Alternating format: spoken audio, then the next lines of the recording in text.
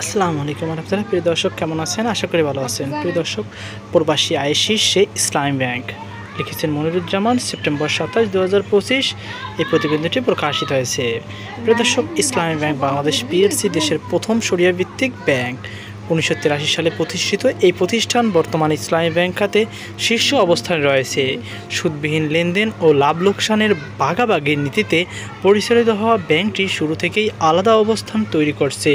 বর্তমানে ব্যাংকের ব্যবস্থাপনা পরিচালক এমডি হিসাবে দায়িত্ব পালন করছেন মোহাম্মদ ওমর ফারুক খান। চলতি বছরের জানুয়ারি থেকে আগস্ট পর্যন্ত দেশে আসা প্রবাসী আয়ের প্রায় অর্ধেক এসেছে মাত্র 5টি ব্যাংকের মাধ্যমে। এর মধ্যে সরকারি 3 ব্যাংক, কৃষি অগ্রণী জনতা ব্যাংক, বাকি 2টি হলো ইসলামী ব্যাংক ও ব্র্যাক ব্যাংক। বাংলাদেশ ব্যাংকের পরিসংখ্যান অনুযায়ী এই 8 মাসে শীর্ষ 5 ব্যাংক এনেছে মোট $10.5 বিলিয়ন, যা মোট রেমিটেন্স প্রবাহের 49%। এর মধ্যে সরকারি 3 ব্যাংক একাই সংগ্রহ করেছে $546 কোটি, বা প্রায় 1/4। কম তালিকায় শীর্ষে রয়েছে ইসলামী ব্যাংক, দ্বিতীয় স্থানে অগ্রণী ব্যাংক, তৃতীয় কৃষি ব্যাংক, চতুর্থ জনতা ব্যাংক এবং পঞ্চম স্থানে ব্র্যাক ব্যাংক। ইসলামী ব্যাংক জানুয়ারিতে এনেছে $28 কোটি 23 লাখ, আগস্টে তা বেড়ে দাঁড়িয়েছে $55 কোটি 58 লাখ। বিশেষজ্ঞরা মনে করছেন মধ্যপ্রাচ্য সহ শ্রমিক প্রধান দেশগুলোর ইসলামী ব্যাংকের শক্তিশালী নেটওয়ার্ক এই সাফল্যের মূল কারণ। অন্যদিকে জানুয়ারিতে দ্বিতীয় স্থানে থাকা সোনালী ব্যাংক আগস্টে নেমে যায় 7ম স্থানে।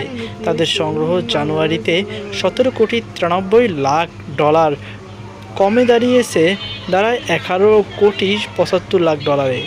একই সময় কৃষি ব্যাংক উঠে আসে তৃতীয় স্থানে।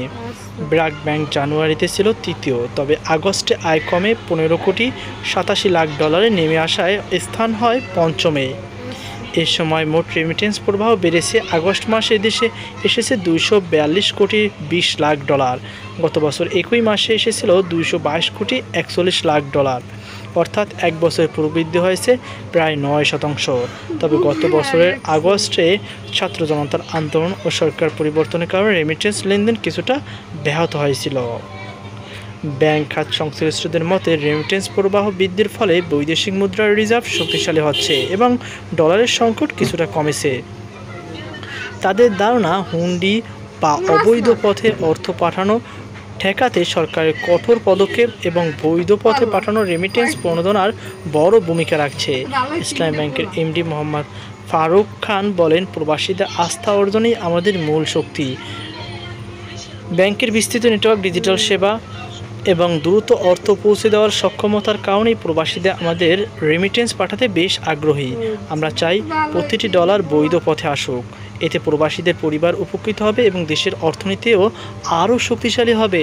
তো প্রিয় দর্শক, এই ছিল আমার সর্বশেষ আপডেট। সকাল 8 আজকে পর্যন্ত। আল্লাহ হাফেজ।